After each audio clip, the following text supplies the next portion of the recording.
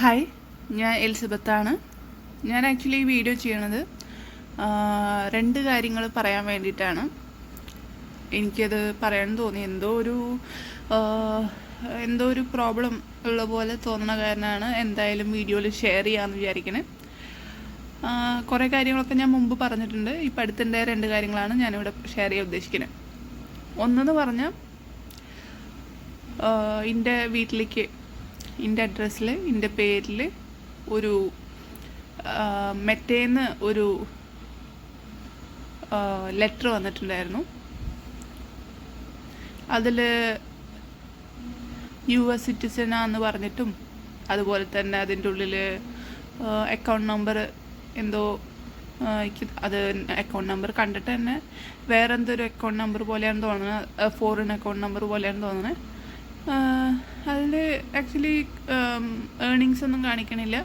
പക്ഷെ ഒരു ഇൻ്റെ അക്കൗണ്ട് നമ്പർ പോലെ റെസിപ്പിയൻസ് അക്കൗണ്ട് നമ്പർ എന്ന് പറഞ്ഞിട്ട് ഏതോ ഒരു ഇന്ത്യയിൽ അങ്ങനെ അക്കൗണ്ട് നമ്പർ ഉണ്ട് എന്ന് എനിക്ക് തോന്നണില്ല. നമ്മൾ നോർമലി കാണുന്ന federal bank, axis bank, SBI അങ്ങനത്തെ സംഭവങ്ങളിലൊന്നും ഞാൻ ഇങ്ങനത്തെ നമ്പർ കണ്ടിട്ടില്ല. അത് ഫോറിൻ പോലെയാണ് തോന്നുന്നത്. അതുപോലെ തന്നെ അങ്ങനത്തെ ഒരു സംഭവം വന്നിട്ടുണ്ട്. അപ്പോൾ അത് എന്താ, എൻ്റെ പേരും എൻ്റെ അഡ്രസ്സും വെച്ചിട്ടുണ്ട്. പക്ഷെ ഇത് എവിടെ നിന്നാണ് ഇത് വരുന്നത്, എന്താ എനിക്ക് വരാൻ കാരണം, അതിൽ വേറെ എന്തെങ്കിലും ഹിഡൻ അജണ്ടയോ ഹിഡൻ പ്രോബ്ലം ഉണ്ടോ എന്ന് എനിക്കറിയില്ല. എനിക്കറിയണ ആൾക്കാരോട് ചോദിച്ചപ്പോൾ അവർക്കും ഇതിനെ പറ്റിയിട്ട് അറിയില്ല എന്താ ഇങ്ങനെ വരണേന്ന്. ഇപ്പോൾ നമ്മൾ എന്തായാലും വന്ന സ്ഥിതിക്ക് എല്ലാതും ഒന്ന് വീഡിയോയിൽ പറഞ്ഞ് വെക്കാമെന്ന് വിചാരിച്ചു. കുറച്ച് കഴിഞ്ഞിട്ട് പല പബ്ലിസിറ്റി സ്റ്റണ്ടുകളോ ഇതൊന്നും ഉണ്ടാവണ മുമ്പ് ഇതൊന്ന് പറഞ്ഞു വെക്കാമെന്ന് വിചാരിച്ചു. അതുപോലെ തന്നെ രണ്ടാമത്തത്, എനിക്ക് ഇന്നലെ രാത്രി ഒരു സിംഗപ്പൂരിൽ നിന്ന് ഒരു കോൾ വന്നിട്ടുണ്ടായിരുന്നു. കോൾ ഫ്രം സിംഗപ്പൂരിൽ നിന്നാണ് കാണിച്ചിട്ടുണ്ടായിരുന്നത്. അതെന്തോ നമ്പറിൽ എന്തൊക്കെ വ്യത്യാസം, അത് ഇനി ഇൻ്റർനെറ്റ് കോളാണോ എന്നും എനിക്കറിയില്ല.